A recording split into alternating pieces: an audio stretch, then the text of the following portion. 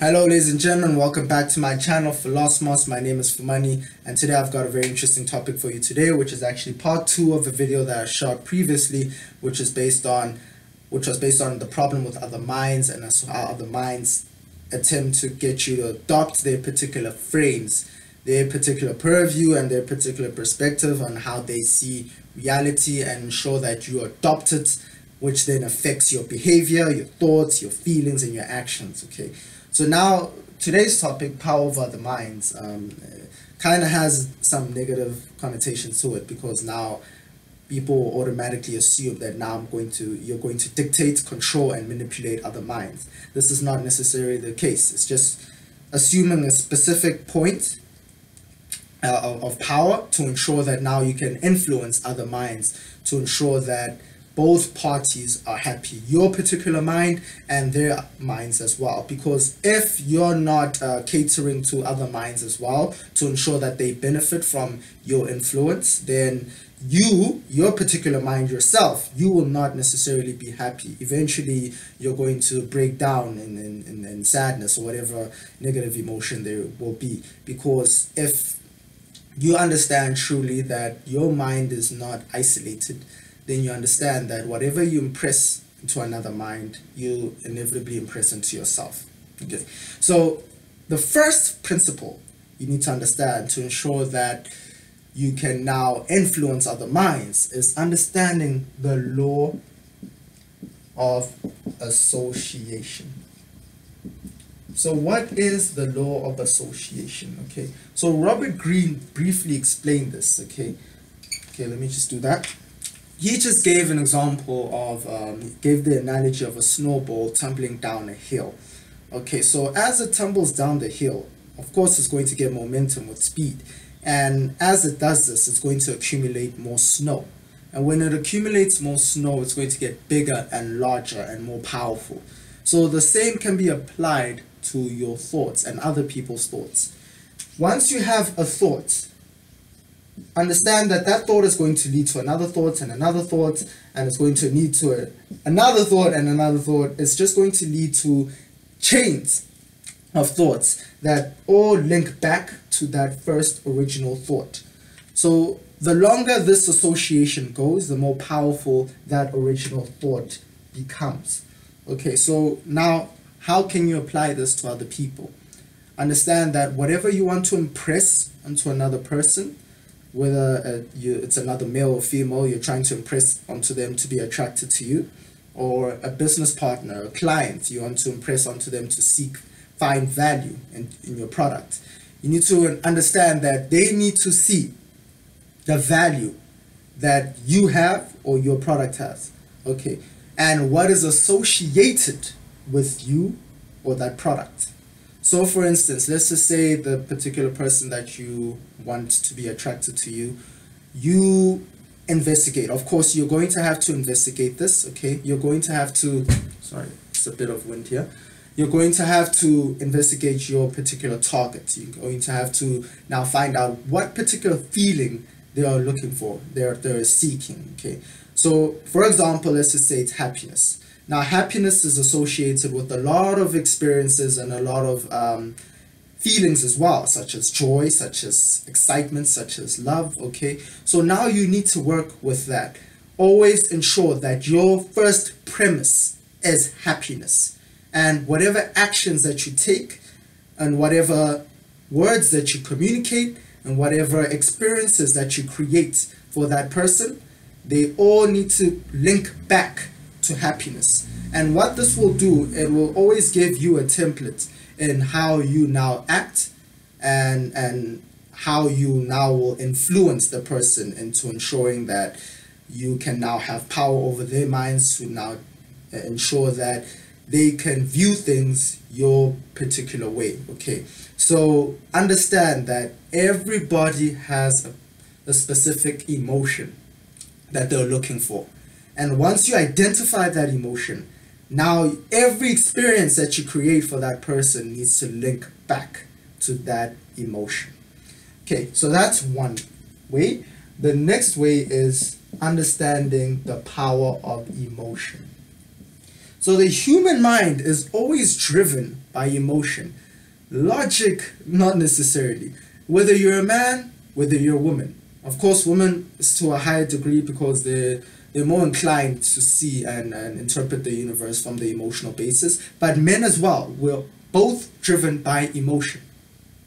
So understand that whenever you want to impress onto a mind, understand that your impression needs to first be filtered with the emotion.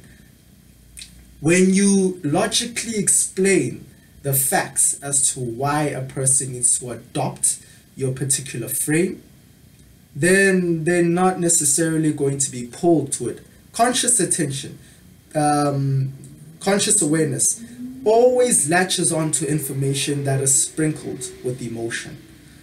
A master salesman will understand this perfectly, that you do not only logically explain the facts as to why your product is actually good. You don't do that. You explain, you unravel the value that that product will have for that particular person or a specific amount of group of people. Once you understand that it's not about the what is actually good for the person, but it's actually about how they feel when they're around you, how they feel when they're around that product, that is what's going to pull them into being influenced by that product or being influenced by you. So understand that facts, logic does not influence people. If you'd like to influence somebody, if you'd like to influence a group of people, always start with the foundation of emotion, because that's what's going to pull them in. That's what's going to get them to listen to you and actually absorb the information. If you're just communicating facts, they're not necessarily going to be pulled to actually absorbing the information. What creates the vacuum, that suction, is the emotion. And that's when you communicate the right emotion to your targets, then you'll understand that that is what then pulls them to now say, oh, okay, so now these are the facts. These are the logical explanations as to why I feel this way. Okay, so for instance, let's use this example. Let's just say you're trying to get another girl, another guy to be attracted to you. And I'm using attraction a lot in this lecture because the mind works fundamentally with attraction. The mind perceives reality through what it's attracted to. Law of attraction as well. So let's just say, for example, if you would like a particular person to be attracted to you, as I was saying, then you need to understand that they're going to feel a certain way first about you. And this is screened through how they perceive you and the tone of voice that you use, the kind of things that you bring up in your discussions, in your communication. And that's going to evoke an emotion within them. And whatever emotion that is, they're going to now use logic to justify that particular emotion that they're feeling. So logic always comes after emotion. Okay, obviously, of course, it's the logical premise first that creates the emotion, but the experience of the emotion then now gives logic now a way to put a stamp on itself as to ensure that, okay, so now you're feeling this particular way, here's the reason for why you're feeling this particular way. So understand that emotion is the most powerful component that you need to understand when you're trying to influence other minds. Do not work with logic. Logic does not cut it. So let me write that down. Logic does not work. Okay. It is always based on emotion. Logic comes after. Okay. So the third principle that you need to understand. So first was the law of association, then emotion. Then the third is actually the most powerful. So let's address the title first so that you can understand why it's so powerful. When I say power over other minds, automatically you're going to assume that there are other minds that are different from you, that have different content from your mind, which is true, but it's incorrect as well. Why? Because your mind, as I said, does not exist in isolation. Your mind exists in a field, a universal mind in which your mind shares kinship and a relationship with other minds. So understand this. This is very powerful and this is very potent. This is actually a secret that if you truly understand, you'll be very influential with your actions. Understand that whatever you impress onto your mind with vividness, with clarity and emotion, will automatically be downloaded into the field, which other minds now will have access to. So now I'm not insinuating that now if I visualize an apple, the next person will now see that apple, which actually happens in actuality. Sometimes when you have a particular thought and then you communicate that to somebody else and they actually flabbergasted and finding out that they were actually thinking about that same thing because they actually have that kinship. They actually tapped into that field and you tapped into that field in which both your minds are connected. Okay, so understand that once you impress something into your mind with vividness, clarity, okay, so let's write that down. Vividness, clarity, and emotion will be downloaded into other minds. Okay, so this you'll perfectly understand if I give you this particular example. So if I have it in my mind that I am confident and I am a particular person, let's just say a person that can achieve whatever they want to achieve, or a person that is rich, I can convince myself so much, have a vivid, clear image in my mind, and it's got clarity and it's bundled up with emotion. Other people automatically follow suit to that premise, to that image that you held in your mind about yourself. Okay, so whenever it is that you would like to influence something, let's just say you would like somebody to act in a particular way or to feel a certain way, you need to impress that first into your mind so that they have access to it in the field. If you, let's just say, for example, a product, if you don't believe in your product, if you don't feel as if this product is great, if you don't vividly see yourself actually utilizing that product, and if you don't feel that this product is actually useful, then no matter how you try to sell this product, the other person is not actually going to be drawn to it because you have not downloaded it into the field. Okay, and let's just use this example now in attraction. Let's just say you yourself do not find your particular self being attractive. You don't like your body, you don't like yourself, you just don't like your personality.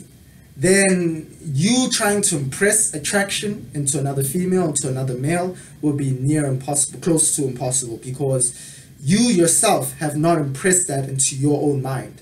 So understand, whatever it is you would like to get somebody to see and view. So I'm going to use attraction in this case. If you'd like somebody else to be attracted to you, you need to find reasons as to why you are attractive. Okay, you need to believe that you are attractive, impose that, impress that into your mind so much that it's just a given. And once it's impressed in your mind, automatically they will feel that attraction, because your mind is not existing in isolation. As I said, it's existing in a field, and in that field you have created attraction, and in creating attraction they're going to link that attraction to you because you're the one that has created that association. Okay, so understand these three principles. Okay, understand that the law of association, whatever it is that that particular target that you're working with, that particular person that you're working with, whatever it is that they're desiring at that particular time, work with that association, work with that premise. That needs to be your template. That needs to be the basis of all your actions, all your communications. Your emotions. Understand that logic just does not cut it. If ever you'd like to influence people, get their emotions involved first, then include logic at the end. And then understand that your mind does not exist in isolation. Okay, you are always impressing on the field.